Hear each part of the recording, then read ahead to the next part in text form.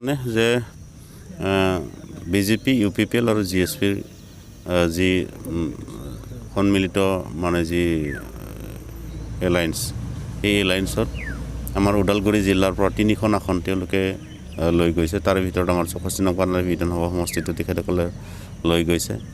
অত্যন্ত প্ৰেষ্টিজিয়াছ অত্যন্ত দুখজনক ঘটনা হৈছে কি যে পানাৰী সমষ্টিটো আমাৰ ইউপিপিএলৰ দখলত আছে। ইয়াত 2জন MCLA অথবা এজন EM আছে।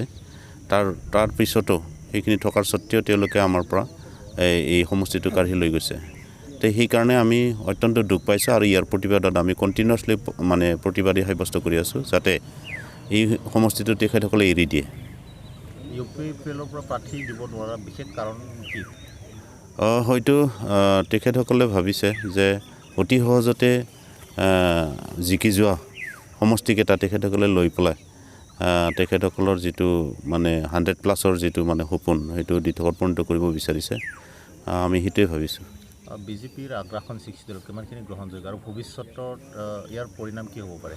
অত্যন্ত দুৰ্ভাগ্যজনক। আমি আশ্চৰ্য প্ৰকাশ কৰিছোঁ, আমি অস্বস্তি অনুভৱ কৰিছোঁ যে 6 শিডিউলত BTR চুক্তি হোৱাৰ পিছত এখন 6 শিডিউলৰ অন্তৰ্গত এখন স্বায়ত্তশাসিত পৰিষদ গঠন হোৱাৰ পিছত ইয়াত 6 শিডিউলত কি ক্ৰাইটেৰিয়া আছে আমাৰ স্পষ্ট ধাৰণা নাই।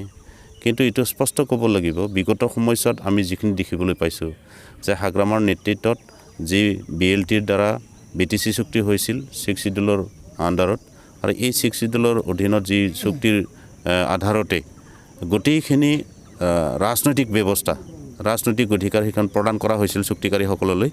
কিন্তু BTR চুক্তি হোৱাৰ পিছত আমি দেখিবলৈ পালোঁ যে ইয়াত যিটো ৰাজনৈতিক ব্যৱস্থা সম্পূৰ্ণ আমাৰ যিহেতু বহুত বছৰ ধৰি আমি ৰাজনৈতিকভাৱে বঞ্চিত হৈ আছিলোঁ, অতি পিছপৰা এটা ট্ৰাইবেল জনগোষ্ঠীৰ এটা আন্দোলন সংগ্ৰামী সত্তাক সন্মান দি পেলাই আমি দিয়া বুলি পেলাই আমি অনুভৱ কৰিছিলোঁ। কিন্তু দেখিবলৈ পালোঁ যে তেখেতসকলে সংগ্ৰামী সত্তাক তেখেতসকলে সন্মান জনাব পৰা নাই আৰু 6 শিডিউলৰ যিটো মানে চৰিত্ৰ তেওঁলোকে অৱলম্বন কৰিব পৰা নাই। শুনিবলৈ পোৱা যায় যোৱা 17 বছৰ ধৰি হাগ্ৰামা মহিলাৰ মেইন লিগেল এডভাইজাৰ আছিল বিশ্বজিৎ দৈমাৰী, য'ত নেকি মানে সাংঘাতিক ধৰণে কৰাপশ্যন হওঁতে তেখেতৰ হাত আছিল। গতিকে তেখেতক পানেৰী সমষ্টিবাসী কিমানখিনি একচেপ্ট কৰিব বুলি আপুনি ভাবে? সেইটো কোনেও একচেপ্ট নকৰে। বিশ্বজিৎ দৈমাৰী মই আগতেও কৈছোঁ যে বড়োসকলৰ ভিতৰত চতুৰ ৰাজনীতিবিদ এজন আৰু সেই চতুৰ ৰাজনীতি তাৰ ষড়যন্ত্ৰত পৰি পেলাই হাগ্ৰামা আজি থান বান হৈ গ'ল।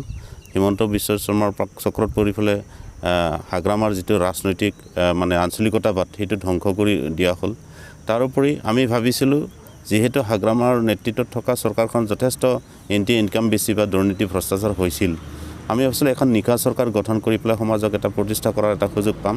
BTR চুক্তিৰ জৰিয়তে প্ৰমোদ বড়োৰ নেতৃত্বত এখন ইউপিপিএল চৰকাৰ গঠন হ'ব। কিন্তু দেখিবলৈ পালোঁ পাকে প্ৰকাৰে তেওঁলোকৰ হাতত বিশেষকৈ বিজেপিয়ে তেখেতসকলৰ হাতত শাসন ব্যৱস্থাটো নি পেলাই আমাৰ আঞ্চলিকতাবাদটো ধ্বংস কৰিবৰ কাৰণে তেওঁলোকে ষড়যন্ত্ৰ ৰচিছে। কঠোৰ গণতান্ত্ৰিক আন্দোলন আমি অৱলম্বন কৰিম।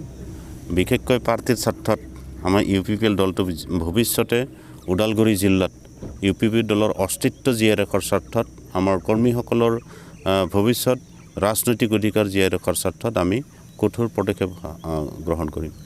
বিশ্বজিৎ দৈমাৰীক যিটো বিজেপিৰ পৰা প্ৰক্ষেপ কৰা হৈছে পানেৰী সমষ্টিত তেখেতক হৰাবৰ কাৰণে কিবা পলিচি আপোনালোকে অৱলম্বন কৰিব? আমি অট'মেটিকেলি হৰাই দিব পাৰিম তেখেতক, কাৰণ ইয়াতে বিজেপিৰ কোনো ভিঠি নাই, তেওঁলোকৰ কোনো অস্তিত্ব নাই, আছে কিছু, কিন্তু আমি তেখেতসকলক হৰাই দিয়াটো নিশ্চিত।